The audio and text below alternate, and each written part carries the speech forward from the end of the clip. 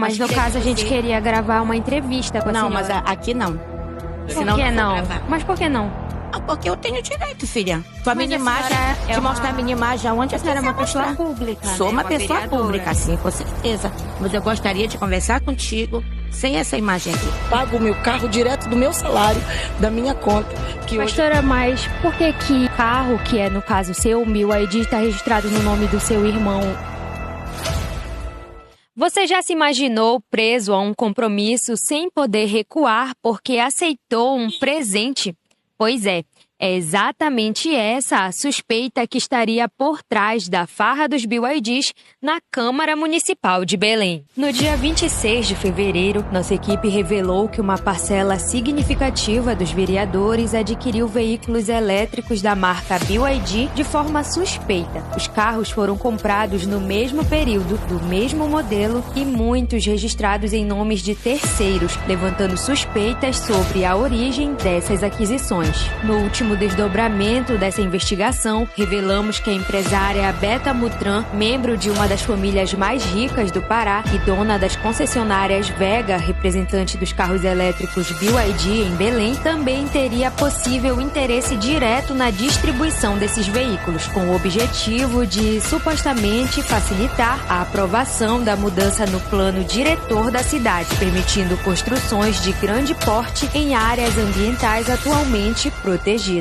Agora, a atualização do caso revela uma nova informação. Segundo o denunciante ligado aos vereadores, que preferiu manter o anonimato, os parlamentares teriam recebido os carros elétricos como uma espécie de moeda de troca com John Wayne para votarem favoravelmente às pautas de interesse do presidente da Câmara. O esquema funcionaria assim: todos eles estariam presos ao financiamento mensal dos veículos, pois, segundo a denúncia, os vereadores receberiam os valores das prestações dos carros em espécie, para que pudessem efetuar os pagamentos das parcelas mensais sem deixar rastro. Dessa maneira, John Wayne garantiria votos alinhados com seus interesses e possivelmente de empresários, como a Beta Mutran, por exemplo. Seria uma espécie de mensalão dos vereadores de Belém. Ainda segundo a denúncia, se os vereadores que receberam os carros se recusassem, porventura, a votar em algo indicado por John, os repasses em espécies seriam interrompidos e os vereadores teriam que arcar eles próprios com as prestações dos BYDs. Diante dessa nova informação, nossa equipe veio até a Alepa, onde tem acontecido as sessões da Câmara para tentar esclarecer com os envolvidos essa nova denúncia.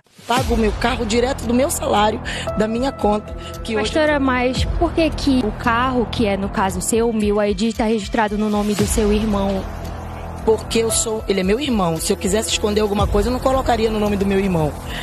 A questão é, eu sou missionária. Pela primeira vez, eu tenho um salário. Como missionário, eu nunca tive salário para comprovação de renda. Então, o meu score, ele é baixo. Para financiar um carro, eu financiei o carro de 36 meses. Porque eu sou até então uma simples missionária que nunca cobrei para pregar. Nesse caso dessa denúncia do suposto mensalão, né, que mencionaram que vocês estariam recebendo o dinheiro em espécie para fazer o pagamento do financiamento, a senhora se importaria de mostrar, então, o extrato bancário para comprovar que realmente esse dinheiro não entra na sua conta ou na conta do seu irmão? Com certeza, não tem problema nenhum. Agora sim, eu peço que vocês venham com uma quebra de sigilo bancário pra gente. Porque assim, isso é uma invasão de privacidade. Uma vez que eu, como pastora, empenho a minha palavra, eu gostaria que as pessoas entendessem que a minha palavra é o suficiente. Então, eu quero pedir aqui que vocês, ao apurar, busquem isso veementemente, mas que façam isso de verdade e venham se desculpar, mostrar que isso não aconteceu. Nesse caso, a gente está tentando mostrar, né? Aí você está dizendo que você só mostraria o seu extrato bancário se tivesse a quebra de sigilo, mas você, como pastora, missionária, pelo seu caráter, você não gostaria de mostrar fora a parte para demonstrar a sua inocência nesse caso? Ingrid, a gente não precisa justificar o injustificável. Se eu chegar com você, Ingrid, eu estou aqui com uma suposta denúncia sobre o blog de vocês. Eu queria que vocês quebrassem o sigilo de bancários, mostrassem o extrato de cada um de vocês que estão participando desse blog. Você acha que seria justo vocês chegarem e mostrar a todo mundo? Eu acredito assim que quando a pessoa ela não tem nada a esconder, ela mostraria. Mas não é questão de esconder, é uma invasão de privacidade. E hoje eu posso, para a glória de Deus, ser dizimista como sou fiel e comprar o carro que eu quiser. Poderia ter comprado um mais caro, com o salário que eu ganho. Mas eu não preciso de carro para luxo, entendeste? Então, apesar do BYD ser um carro de luxo. É um carro de luxo mais barato que o meu que eu tinha antes. Porque eu sou até então, uma simples missionária que nunca cobrei para pregar. Eu não gostaria que fosse colocada a minha imagem. Eu posso falar com ela, com certeza. Não, mas no caso a gente queria gravar uma entrevista com a senhora. Não, mas aqui não. Por que não? Mas por que não? Porque eu tenho direito, filha. Com a minha imagem, de mostrar a minha imagem aonde a senhora é uma pessoa pública. Sou uma pessoa pública, sim, com certeza. Mas eu gostaria de conversar contigo sem essa imagem aqui. Infelizmente, a gente não pode fazer isso. Então a gente não vai poder conversar, tá? A gente não vai poder conversar. Sempre com a minha imagem, não. Tá, linda? Lá na câmera do nosso gabinete, sem a imagem, a gente sempre conversa. O senhor aceitaria mostrar o seu extrato bancário para provar que realmente esse dinheiro não está entrando como pagamento? Pois é, aí vamos na lógica da primeira pergunta que tu me fizeste, tá?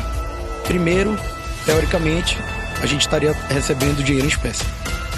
Aí agora tu quer o extrato bancário. Porque quando a pessoa recebe o dinheiro em espécie, para ela fazer esse pagamento, ela pode depositar na conta dela ou da pessoa que está pagando, né? Que no caso é o seu pai. Pois é, o que acontece? Sobre essa pergunta de extrato bancário, que para mim é mais uma vez uma incoerência. Porque assim, tu pode pagar no boleto em espécie. Não sei se tu sabe, tem como, entendeu? Então, se o cara tá recebendo em espécie, ele paga em espécie. É que a forma como vocês editam, a forma como vocês postam, vocês já nos colocam como culpados perante o poder público e perante a sociedade, a opinião popular, né? Então, assim, isso é muito grave. O Ministério Público tem que investigar. Para mim, quanto mais antes o Ministério Público investigar e provar a nossa inocência, melhor. Só que sabe o que acontece? Quando isso acontecer, a nossa imagem já vai ter sido manchada.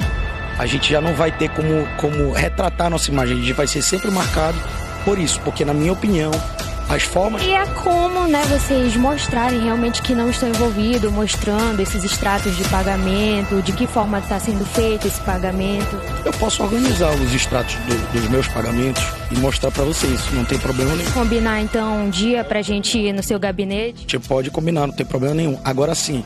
Porque a gente já havia tentado combinar com o senhor, né? Pelo WhatsApp, o senhor havia se recusado a marcar. Vocês tentaram marcar uma entrevista comigo com supostas provas, supostas informações novas, denúncias novas. Eu queria primeiro saber da denúncia para depois da entrevista. Tanto que aqui eu tô sendo entrevistado na maior tranquilidade possível. Então a gente pode combinar, para que dia a gente pode combinar da gente ir lá no seu gabinete? A gente pode ir semana que vem lá, se tu quiser, não tem problema nenhum. Qual dia? Que dia é hoje?